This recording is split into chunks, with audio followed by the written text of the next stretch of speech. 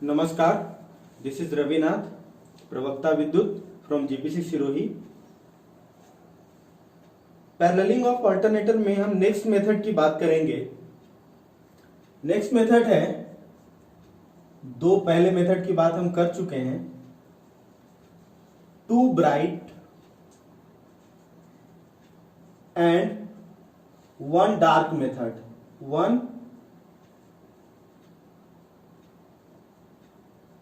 Dark lamp method. Lamp method का use आजकल नहीं होता, लेकिन ये वाला मेथड फिर भी सबसे लैंप मेथड में सबसे बेहतर है। इसको हम कनेक्ट कैसे करते हैं?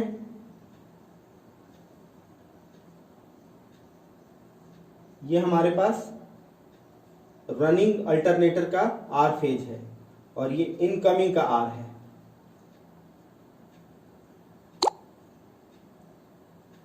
R2, Y2, Y1,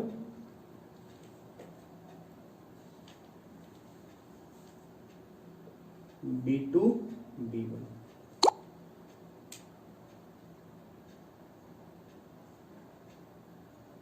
एक लैंप को L1 को हमने कनेक्ट किया सेम फेज में और बाकी दो लैंप को हमने अदर फेज में कनेक्ट किया।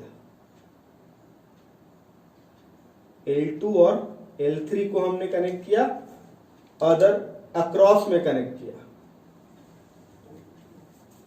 इसका मतलब हो गया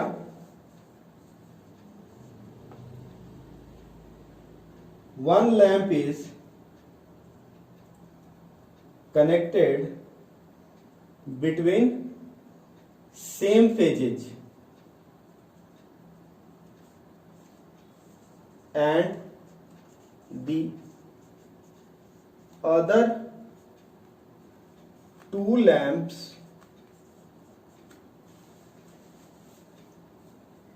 are cross connected। क्लियर? आगे हम बात करते हैं कि रनिंग मशीन को is adjusted to correct voltage and frequency,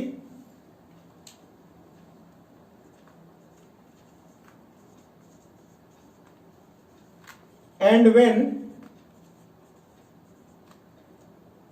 L1 is dark, same phase में है, दोनों फेज का वोल्टेज बराबर होगा तो L1 कैसा हो जाएगा? Dark. L2 and L3 is brightest। वो कंडीशन किसका होगा? पैरेललिंग का कंडीशन होगा। इस कंडीशन में हम सिंक्रोनाइजिंग ब्रेकर को क्लोज कर देंगे और पैरेललिंग हमारा अकर हो जाएगा। L1 dark, L2 L3 bright, ये कंडीशन एक चीज और शो करता है कि हमारा फेज सीक्वेंस भी सही है। Phase sequence is also correct.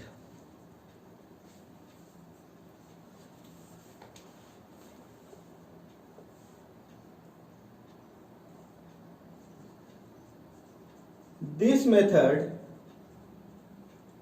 Is superior than other two methods। ये कैसे है हम देखेंगे।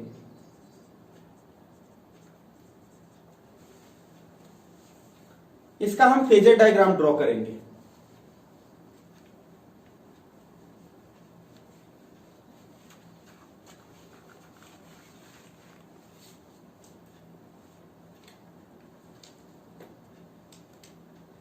सपोज हमारे पास ये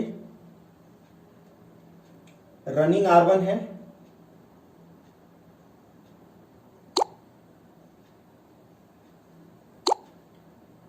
Y1 और B1। इनकमिंग सेट मैग्नीट्यूड बराबर, लेकिन एडवांस इन ये फास्ट है फेज के नोमेनक्लेचर का क्लॉकवाइज है डायरेक्शन और फेज के घूमने का डायरेक्शन होता है एंटी क्लॉकवाइज डायरेक्शन। तो ये है R2 फेज, ये है हमारा B2 फेज और ये है Y2 फेज।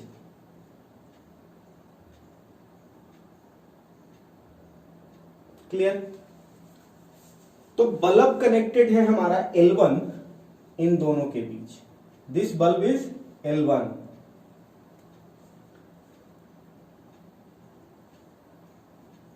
B1 और Y2 के बीच, B1 और Y2 के बीच, B2 और Y1 के बीच कौन सा बल्ब है? L2 है। और B1 और Y2 के बीच है L3। क्लियर? ये हम तब एज्यूम कर रहे हैं जब इनकमिंग फास्ट है, इनकमिंग का फ्रीक्वेंसी स्लाइटली अधिक है। एक और फेजर डायग्राम हम ड्रॉ करते हैं जिसमें इनकमिंग का फ्रीक्वेंसी स्लाइटली स्लो है, इनकमिंग स्लाइटली स्लो मूव कर रहा है।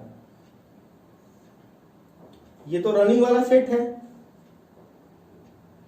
रनिंग वाले सेट में ये है R1, Y1 और ये B1। तो स्लो मूव कर रहा है तो R2 किधर होगा?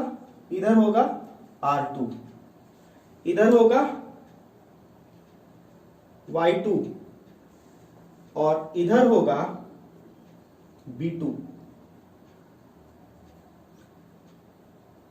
L1 यहां पे कनेक्टेड होगा, दिस इज L1, ये 1 है। L2 कनेक्टेड होगा यहां पे, L3 कनेक्टेड होगा B2 और Y1 के बीच,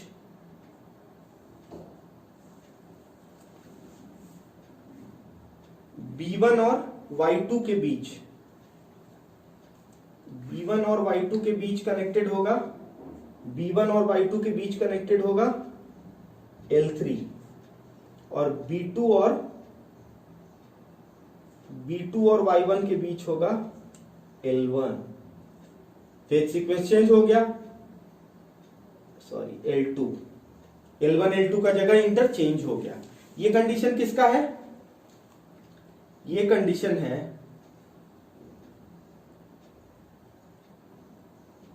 इनकमिंग स्लो का। इसके पहले वाले डायग्राम में मान के चलते हैं कि कनेक्शन इसी तरह से है, R1 R2 के बीच L1 है और B2 और Y1 के बीच L2 है और B1 और Y2 के बीच L3 है। सेम B2 और Y1 के बीच, B2 और Y1 के बीच L2 है, B1 और Y2 के बीच L3 है।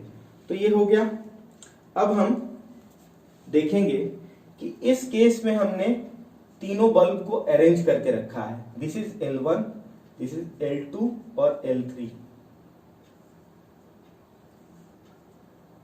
तो जब इनकमिंग फास्ट है तो बल्ब का डायरेक्शन, फ्लिकर का डायरेक्शन होगा एंटी क्लॉकवाइज।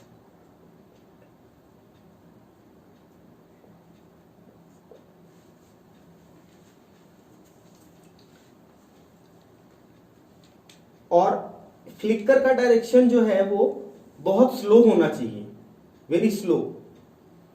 कितना? 1 और 2 साइकिल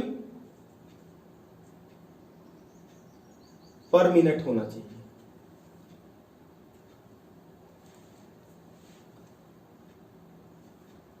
यदि इनकमिंग स्लो है, L1 ये, L2 ये, L3 ये,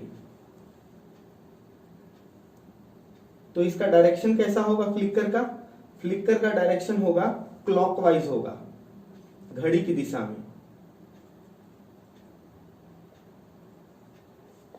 और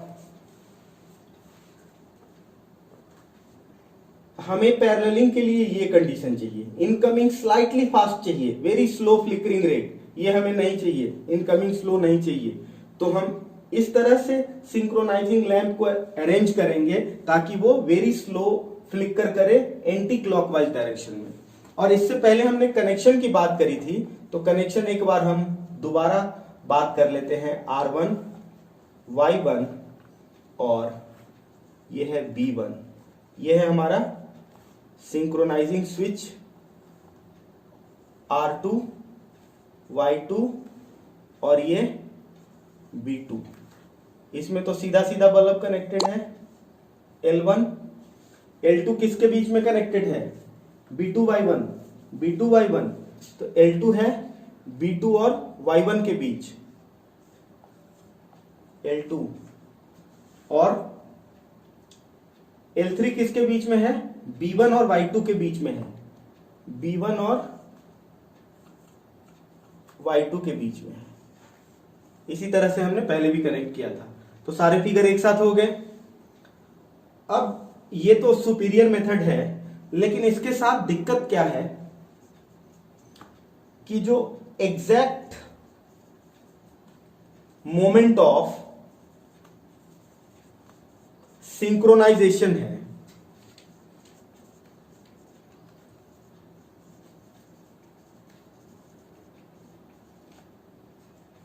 ये जजमेंट की बात है, ये एक्सपीरियंस की बात है। इसको सेंस करना बहुत डिफिकल्ट है कि कब एग्जैक्ट ये डार्क हो रहा है, दोनों ब्राइट हो रहा है। तो इसमें बहुत ज्यादा एक्सपर्टी की जरूरत है। एक यहां पे स्कोप है ह्यूमन एरर का, स्कोप फॉर ह्यूमन एरर।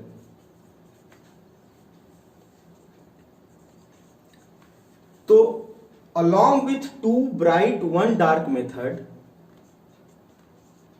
हम यूज करते हैं, साथ में फ्रीक्वेंसी मीटर और वोल्ट मीटर यूज करते ही हैं। हम एक और इंस्ट्रूमेंट यूज करते हैं जिसका नाम है सिंक्रोस्कोप। अब हम बात करेंगे सिंक्रोस्कोप की। Synchroscope along with 2 bright and 1 dark method paralleling के लिए।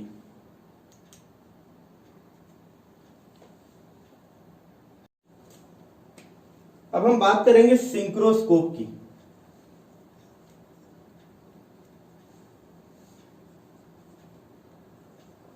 सिंक्रोस्कोप पैरेललिंग के लिए इस्तेमाल होता है, हालांकि ये भी ओल्ड मेथड है।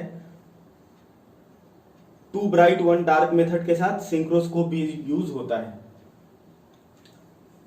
Synchroscope is an instrument which indicate relative the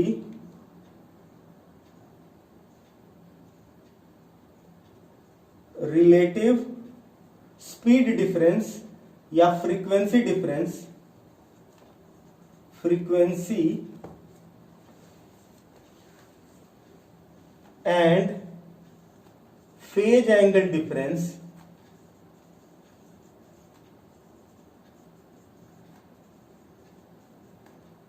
between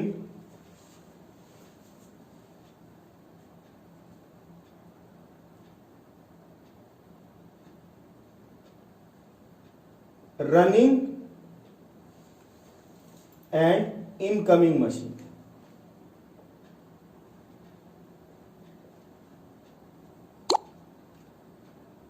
Synchroscope is actually, it is a 2-phase motor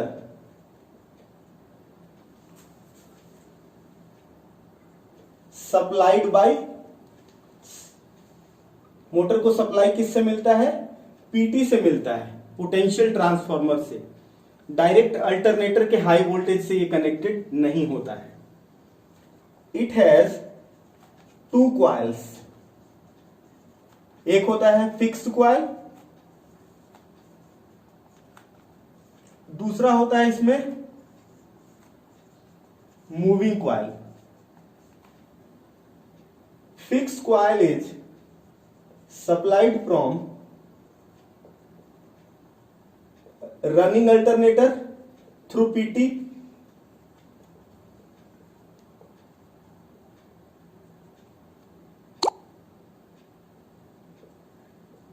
PT के जरिए कनेक्टेड होता है, and moving coil is supplied by incoming machine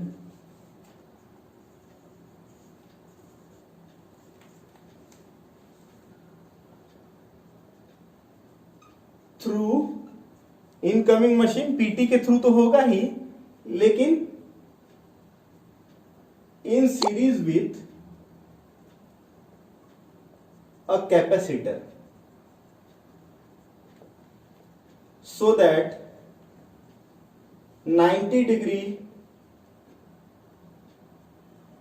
phase difference is ensured, 90 तो नहीं होगा, around 90 मान के चलते हैं ideal case, between fix coil and moving coil. तो दो फेज का ये मोटर बन जाएगा, दो फेज में भी फेज डिफरेंस 90 डिग्री होता है। अब हम बात करते हैं कि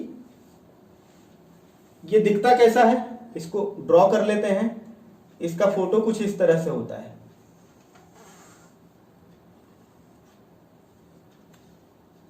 ये घड़ी की तरह होता है, यह है फास्ट डायरेक्शन और यह है स्लो डायरेक्शन, और ये है 12 o'clock पोजीशन, 12 बजे का पोजीशन है ये सिंक्रोस्कोप दिखता ऐसा है, इसका डायल ऐसा दिखता है।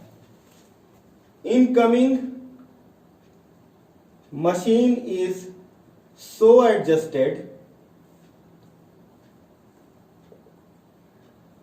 इसका वोल्टेज तो पहले ही एडजस्ट कर लिया गया रनिंग के बराबर, लेकिन frequency of incoming machine is so adjusted, frequency of incoming machine is so adjusted that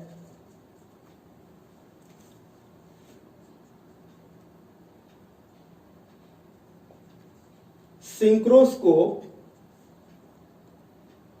pointer rotates in fast direction at 2-3 rpm. When the pointer is in fast direction,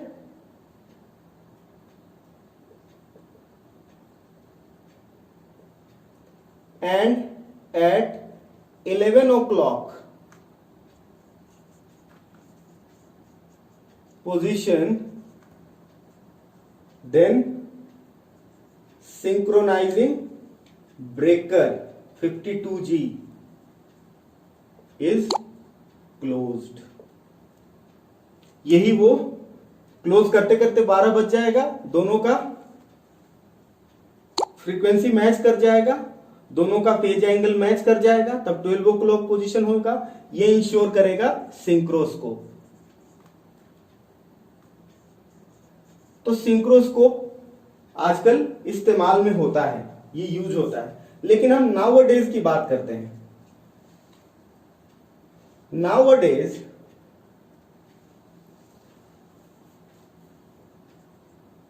synchronization is done through PLC. PLC क्या है? Programmable logic controller है, एक तरह का customised computer है।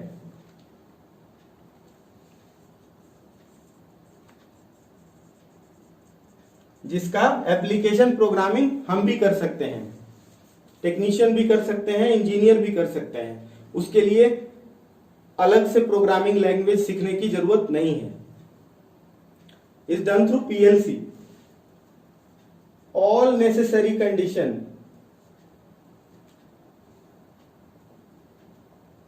is sensed and adjusted by PLC itself. PLC के हाथ में ही सारा कमांड होता है, जनरेटर का, अल्टरनेटर का.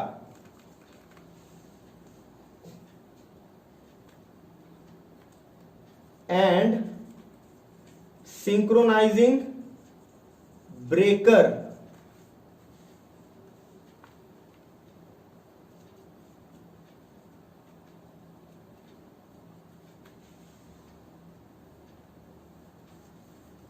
close command is given by PLC to motorized synchronizing breaker when all conditions are fulfilled. तो नाउअडेज पीएलसी से ही होता है सारा काम पैरेललिंग का. तो पैरेललिंग हमने यहां तक पढ़ लिया. अब हम आगे बात करेंगे सिंक्रोनाइजिंग करंट की, सिंक्रोनाइजिंग पावर की, लोड शेयरिंग की, और एक्साइटेशन वेरी कर दे, स्टीम सप्लाई वेरी कर दे, स्पीड वेरी कर दे, तो पैरेललिंग पे क्या असर पड़ेगा उसकी बात हम करेंगे नेक्स्ट क्लास में. धन्यवाद.